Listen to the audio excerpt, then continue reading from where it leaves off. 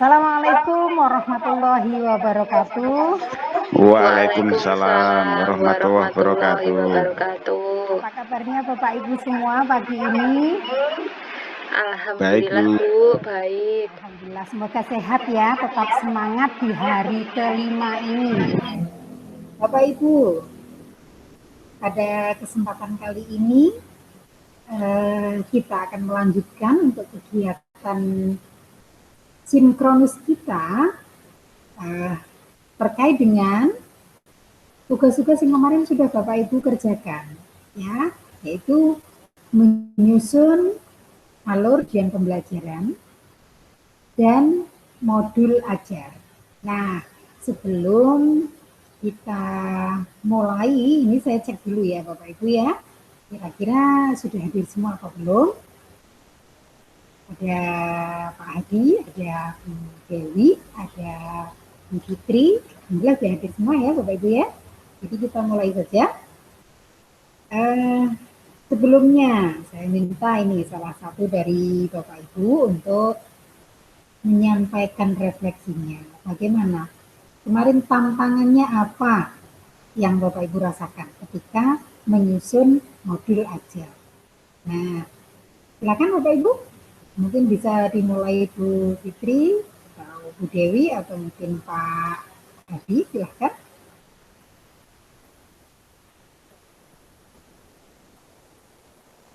Oke, bisa raise hand dulu yang mau memberikan pendapatnya, menyampaikan pendapatnya, silakan.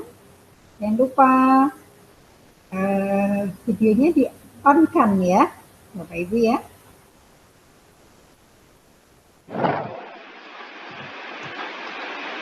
Saya, Bu. Oh iya, baik. Pak Hadi ya, silakan Pak Hadi. Kendala ketika menyusun modul ajar itu, halo, bisa terdengar Bu? Kok di sini? Oh, iya. Kendala saya ketika menyusun modul ajar itu yang pertama itu adalah menganalisis karakter siswanya, Bu. Jadi kita harus lebih jeli menganalisis siswa dalam satu kelas. Kalau saya itu ngajarnya 8 kelas, berarti banyak sekali itu, Bu. Nah, itu saya harus mengelompokkan ke beberapa kelompok, itu kesulitan saya, Bu. Karena untuk menyusun alur itu harus mengetahui karakteristik siswanya dulu, Bu. Terima kasih. Betul sekali Pak Hadi ya. Jadi ketika kita mau menyusun modul itu memang kita harus mengetahui karakteristik. Dan ini memang benar-benar tantangan untuk kita. Jadi bagaimana kita bisa menyusun modul itu yang nanti akan digunakan dan sesuai dengan kebutuhan peserta didik kita. Nah, barangkali ada yang mau menanggapi, mungkin Kalau menurut saya itu malah justru keanekaragaman dalam satu kelas itu malah menimbulkan banyak warna gitu Bu. Karena contohnya begini, anak-anak saya itu ada yang anaknya itu pecicilan dan ada anak-anak yang kalem, kemudian ada anak-anak yang nyantai. Nah, mereka itu sebenarnya itu punya ide-ide kreatif yang kadang itu tidak kita pikirkan bahwa ternyata mereka itu bisa menemukan solusi dengan gayanya mereka sendiri seperti itu, Bu. Iya, baik. Luar biasa ya, Bu Dewi. Jadi dari pengalamannya Bu Dewi sendiri itu justru malah ini keanekaragaman. Bu Dewi, saya jadinya penasaran. Bu Dewi ini mapelnya apa ya, Bu? Saya biologi, Bu. Wah, benar sekali. Jadi tadi tanggapannya melihatnya dari keanekaragaman karakteristik begitu ya, tepat sekali, luar biasa. Tantangan ini ternyata malah justru jadi sesuatu yang istilahnya kekayaan akhirnya seperti itu ya, Pak ya. Iya. Jadi tanggapannya dari Iya. Bu. Baik, jadi ini sebenarnya ya untuk kesepakatan kita bisa untuk speakernya. Terima kasih. Jadi kemarin untuk pertemuan kita yang pertama itu kita sudah sepakati untuk ketepatan waktu masuk ke kelas. Barangkali memang tadi Bu Fitri ada kendala ya Bu ya, mungkin kendala sinyal seperti itu, tapi diharapkan jika tidak ada kendala apapun, Bapak Ibu bisa masuk kelas dengan tepat waktu. Itu juga contoh Bapak Ibu. Ya, kalau kita ingat dari salah satu filosofi juga dari Ki Hajar Dewantara itu ada engarso sung tulodo. Kalau kita orang Jawa itu kan tahu engarso sung tulodo itu menjadi teladan. Nah, ini artinya apa? Salah satunya di kesepakatan kita di kelas ini. Kalau sebagai guru, maka memberikan teladan untuk peserta didiknya. Masuk kelasnya juga harus tepat waktu, begitu. Kemudian yang kedua, masih kesepakatan kita.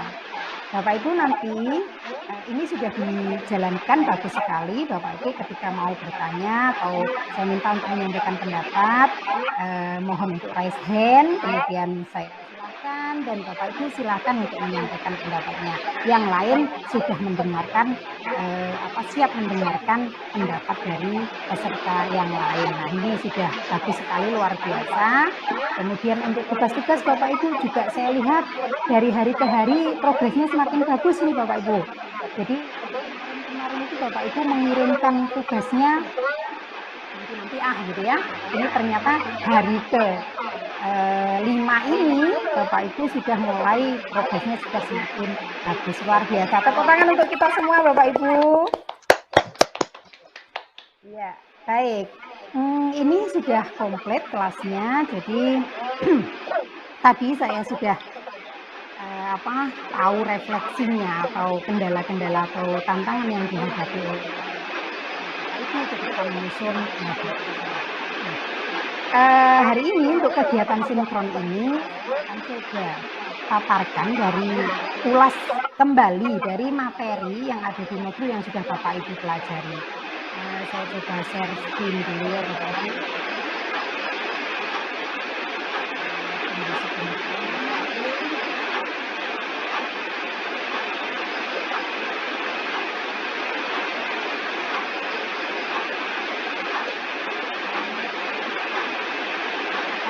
Kelihatan Bapak Ibu? Sudah Bu. Sudah Bu. Iya, baik. Oke.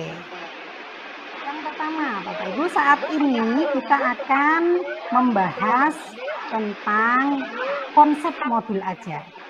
Ya, ini penting Bapak Ibu. Kenapa harus ada sinkron? Karena apapun itu pemahaman kita harus sepaham. Kita nanti setelah ini harus menularkan ilmunya kepada teman-teman kita, teman sejawat kita di sekolah kita. Jadi setidaknya pemahaman kita tuh sudah sama. Jadi nanti menyampaikannya juga tidak akan berbeda-beda. Kalau berbeda-beda membingungkan ya Bapak Ibu ya. Baik. Yang pertama kita akan pelajari adalah konsep modul ajar, kemudian komponen apa saja dalam modul ajar, kemudian prinsip-prinsip modul ajar, kemudian bagaimana prosedurnya untuk menyusun modul. Baik Bapak Ibu, kita mulai saja yang pertama. Konsep modul ajar. Bapak Ibu, modul ajar itu sejumlah alat atau sarana media, metode, petunjuk, dan pedoman yang dirancang secara sistematis dan menarik. Nah, yang kedua, modul ajar ini merupakan implementasi dari alur tujuan pembelajaran. Kalau kemarin kita sudah bisa menyusun alur tujuan pembelajaran, dari tujuan pembelajaran jadi satu dengan runtut hierarkis, maka akan disebut sebagai alur, ya, alur tujuan pembelajaran. Alur tujuan pembelajaran itu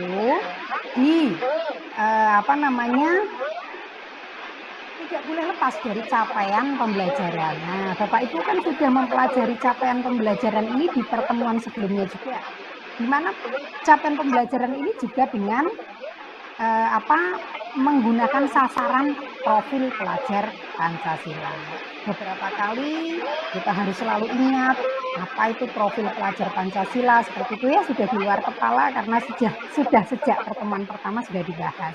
Kemudian modul ajar itu Bapak Ibu disusun sesuai dengan fase atau tahapan peserta didik.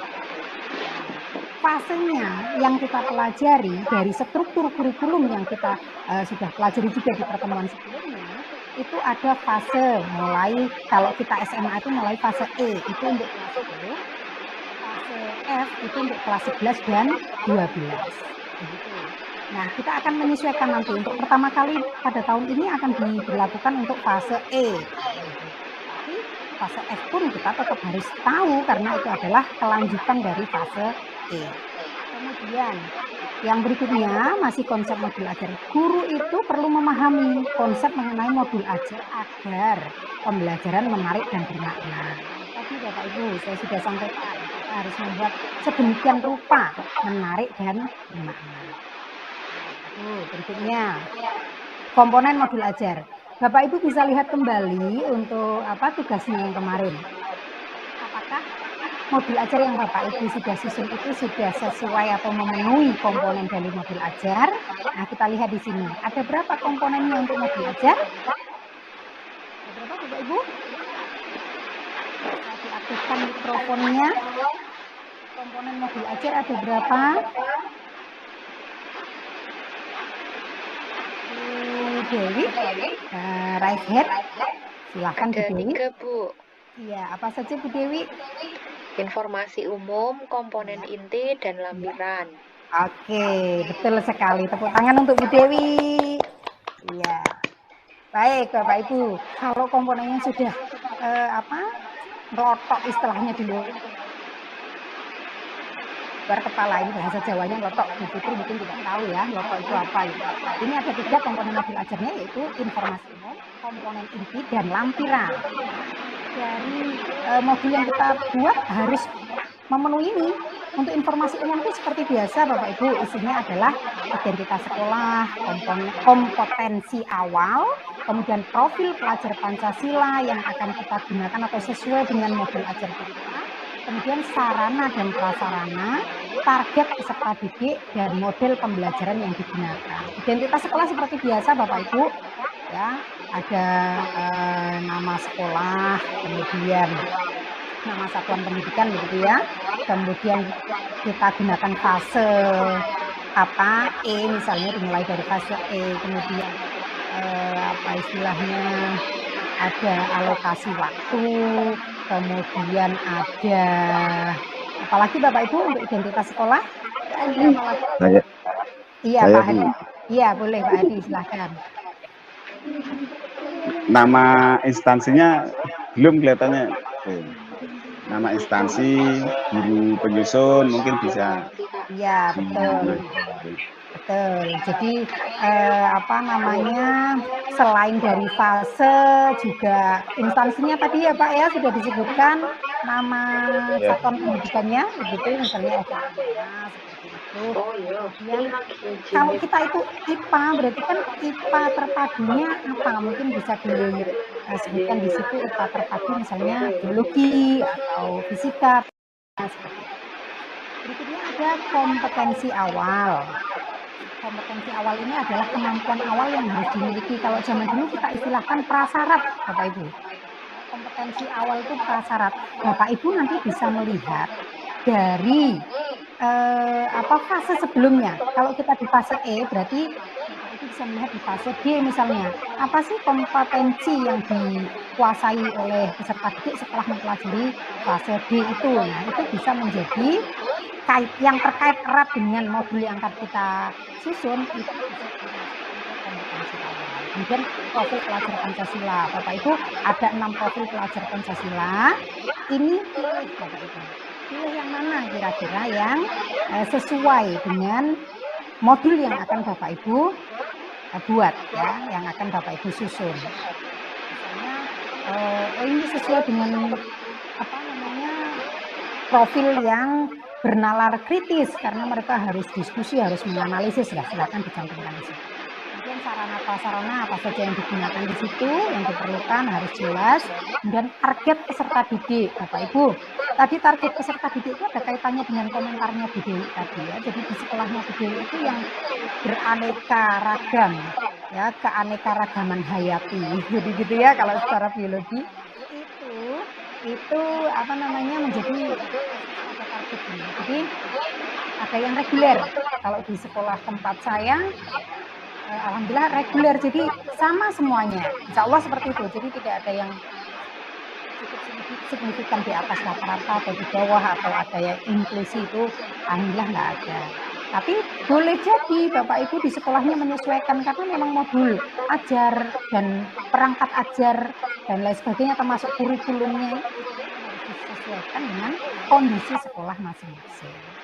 Lalu yang terakhir untuk informasi umum adalah model pembelajaran yang digunakan. Di sini Bapak Ibu, model pembelajaran yang digunakan itu tatap muka atau blended. Bapak Ibu kalau di sekolahnya saat ini mungkin sudah tatap muka semua atau masih ada yang sebagian atau bagaimana Bapak Ibu? Masih daring. Masih daring. Oh ya, oke, masih daring ya Bapak Ibu ya. Jadi apa namanya menggunakan modelnya ya menyesuaikan. Kita mau pakai tatap muka atau blended, ya blended itu berarti perpaduan antara misalnya kita pakai sinkron dan asinkron begitu, atau mungkin apa yang sinkronnya tatap muka, asinkronnya nanti pakai platform pembelajaran, atau modelnya kita langsung mau gunakan misalnya kita pakai discovery learning atau pakai ini boleh semua Bapak Ibu. Bapak Ibu mau pakai apa untuk model pembelajaran. Itu untuk informasi umum. Kemudian yang kedua, pada komponen modul ajar ini ada komponen inti. Di sini ada tujuan pembelajaran, pemahaman bermakna, pertanyaan pemantik, persiapan pembelajaran, kegiatan pembelajaran. Kalau untuk persiapan pembelajaran, Bapak Ibu bisa langsung otomatis masuk di kegiatan pembelajaran, nggak apa-apa. Karena di kegiatan pembelajaran itu kan ada kegiatan pendahuluan, ada kegiatan inti dan ada kegiatan penutup. Nah itu kemudian ada asesmen, bisa Bapak Ibu jelaskan asesmennya yang apa namanya terkait di sini ada nanti asesmen diagnostik, ya kemudian ada asesmen formatif dan ada asesmen sumatif. Nanti Bapak Ibu jabarkan. Nanti kira-kira yang mau dipakai yang mana seperti apa penjelasannya. Ada pengayaan dan remedial dan yang terakhir adalah refleksi peserta didik. Berikutnya komponen yang ketiga adalah lampiran Bapak Ibu, lembar kerja peserta didik, bahan bacaan guru dan peserta didik, dan daftar pustaka itu harus ada.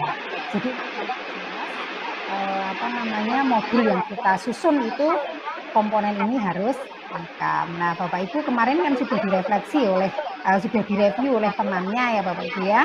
Jadi nanti misalnya ada komponen yang belum termasuk di situ, silakan Bapak Ibu nanti perbaiki. Bisa dikirim ulang ya, nanti akan saya lihat. Begitu ya Bapak Ibu ya. Cukup bisa Ya, Bu. dipahami sampai di sini Bapak Ibu? Bisa. Oke, baik. Nah ini berikutnya Bapak Ibu. Saya masih lanjutkan ini, yang berikutnya adalah prinsip penyusunan modul ajar. Bapak Ibu masih bisa melihat ini? Masih bisa melihat di slide-nya atau share screen saya? Oke, baik. Prinsip penyusunan modul ajar, Bapak Ibu, untuk prinsip penyusunannya itu harus memperhatikan karakteristik kompetensi dan minat peserta didik. Karena kita fokusnya memang pada peserta didik ya Bapak Ibu ya. Kemudian yang kedua, perbedaan tingkat pemahaman. Nah, kemudian melihat dari sudut pandang pelajar bahwa setiap peserta didik itu adalah unik. Jadi ini masuk ke karakteristik tadi. Jadi keunikan peserta didik itu merupakan prinsip untuk modul ajar. Kemudian apa namanya harus seimbang. Ya, belajar itu harus seimbang antara intelektual, sosial, dan personal. Kemudian tingkat kematangan peserta didik. Jadi analisis itu harus dilakukan dulu untuk belajar. Makanya tadi Pak Hadi menyampaikan saya kesulitan Bu untuk ini apa tantangannya itu untuk mengetahui karakteristik gitu ya Pak Hadi ya. Nah ini ternyata memang prinsip memang harus melibatkan. ada kriteria. Kriteria untuk modul ajar yang harus dimiliki. Yang pertama esensial. Apa itu esensial? Pemahaman konsep dari setiap mata pelajaran melalui pengalaman belajar dan lintas disiplin. Jadi esensial, pengalaman belajarnya itu menjadi kriteria yang harus dimiliki di modul ajar yang akan kita susun. Menarik, bermakna, dan menantang. Ini untuk menumbuhkan minat belajar peserta didik. Jadi menantang, menarik gitu ya. Kemudian berikutnya yang ketiga adalah relevan dan kontekstual.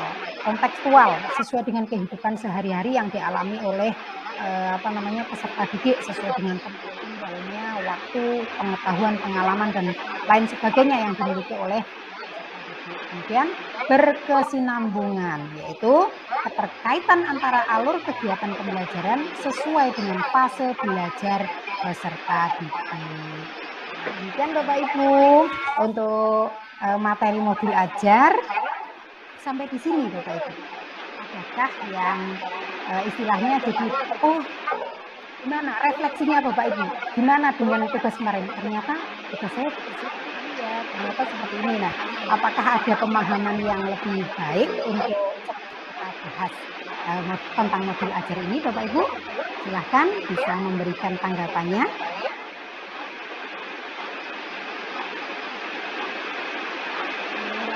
Bu Dewi ya, oke.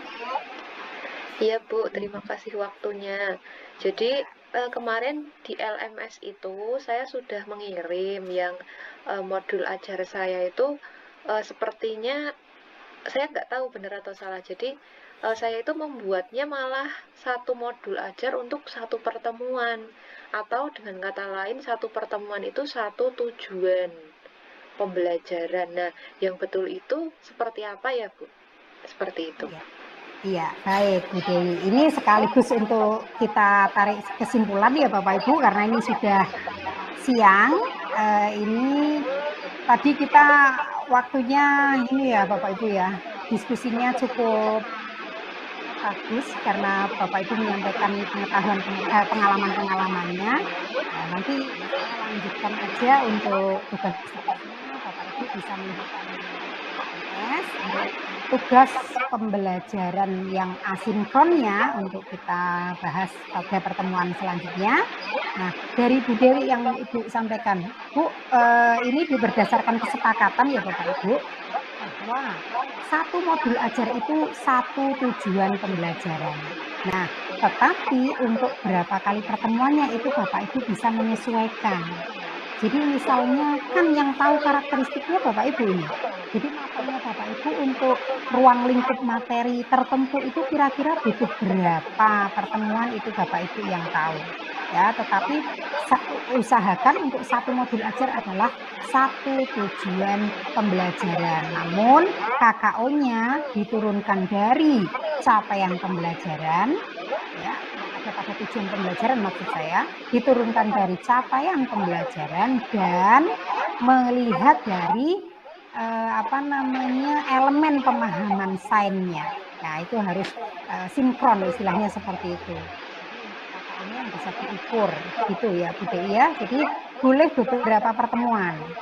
Kalau dirasa satu kali pertemuan aja cukup ya nggak apa-apa. Kalau satu TP itu rasanya satu kali pertemuan cukup misalnya, itu boleh. Tapi kalau misalnya harus beberapa kali pertemuan tidak apa-apa. Ya, melihat cakupan dari tujuan pembelajaran yang Ibu. Itu Bu Dewi ya. Ya Bu, terima kasih. Bu Fitri, raise hand. Silakan Bu Fitri. Kalau kedalaman materinya untuk lebih membangun kita pertemuan lebih dari 5 hari itu bagaimana Bu? Apakah untuk pembelajaran atau kita bisa bekerja menjadi beberapa modul? Oh ya, baik.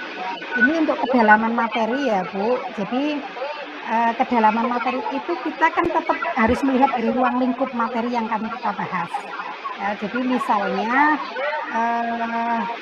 Ibu melihat satu materi itu Ibu mempunyai beberapa KKO, misalnya satu tujuan pembelajaran itu misalnya mengamati, kemudian menyelidiki, kemudian menjelaskan begitu fenomena alam pemanasan global misalnya, atau kalau kimia itu kimia dalam kehidupan sehari-hari misalnya. Nah itu kan berarti nggak mungkin dilakukan dalam satu kali pertemuan gitu.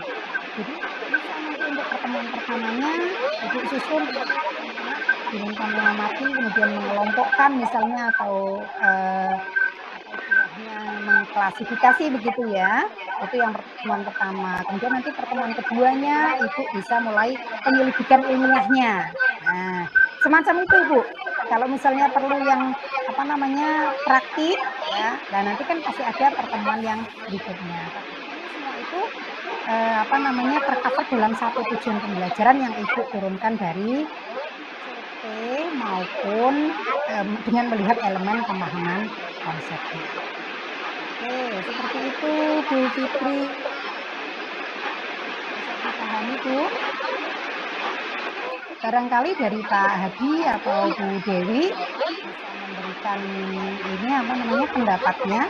Apakah boleh? Tadi kan di awal saya sudah sampaikan bahwa satu modul ajar itu untuk satu tujuan pembelajaran. Nah, jika ternyata pembelajaran itu bisa banyak sekali pertemuan, misalnya itu solusinya bagaimana? Apakah bisa menjadi satu tujuan pembelajaran dipecah menjadi beberapa modul pembelajaran, modul ajar begitu? Silakan.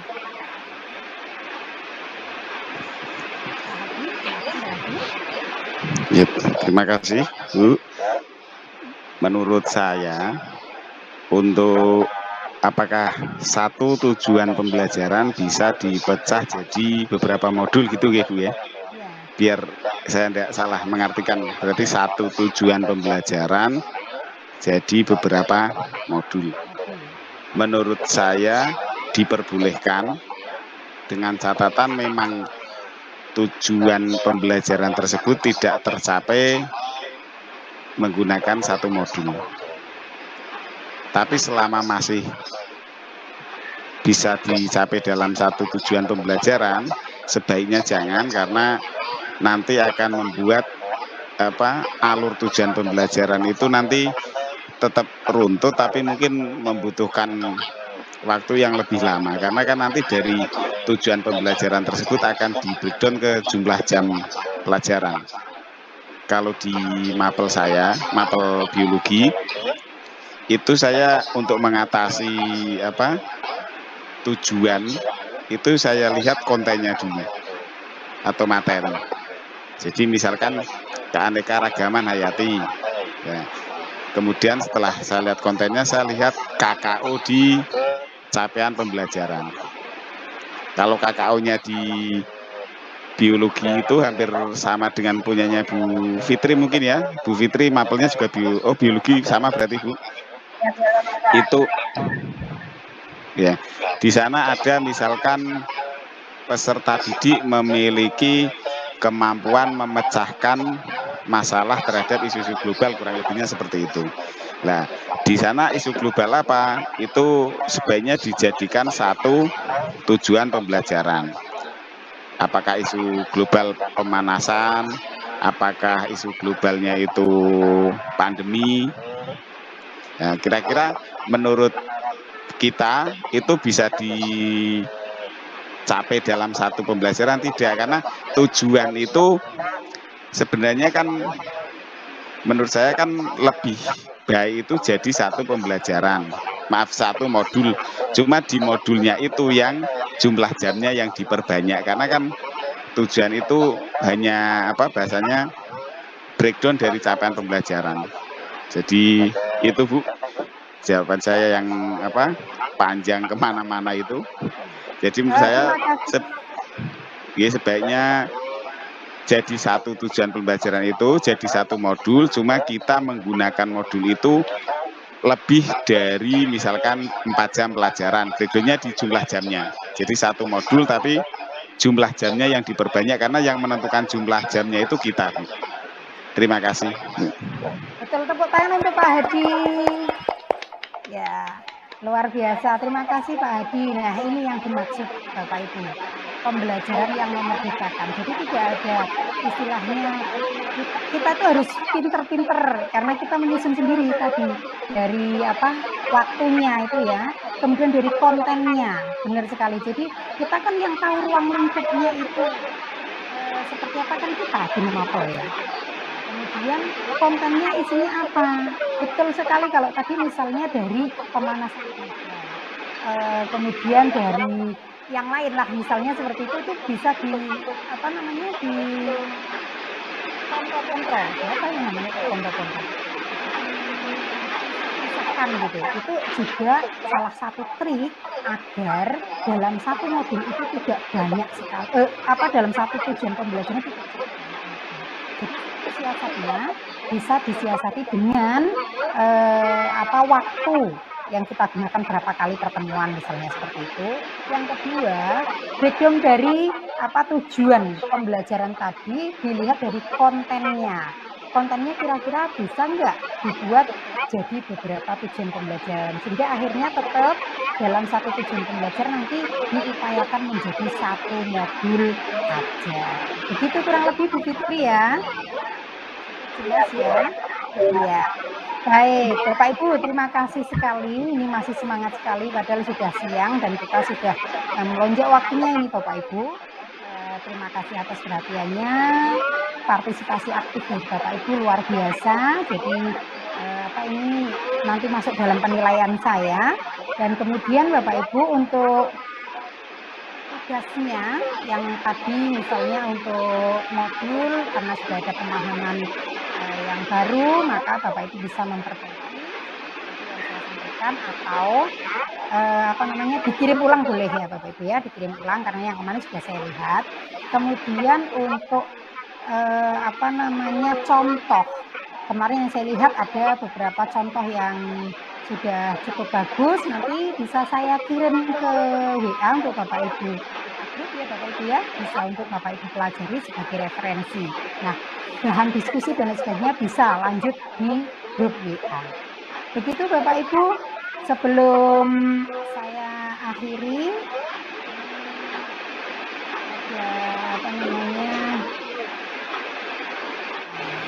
Bapak Ibu, 1 tambah 1 berapa? 2. 1 tambah 1 sama dengan 2. Mari bersama lawan corona. Mari bersama panjatkan doa. Maju bersama, hebat semua. Oke, Bapak Ibu, terima kasih atas perhatiannya.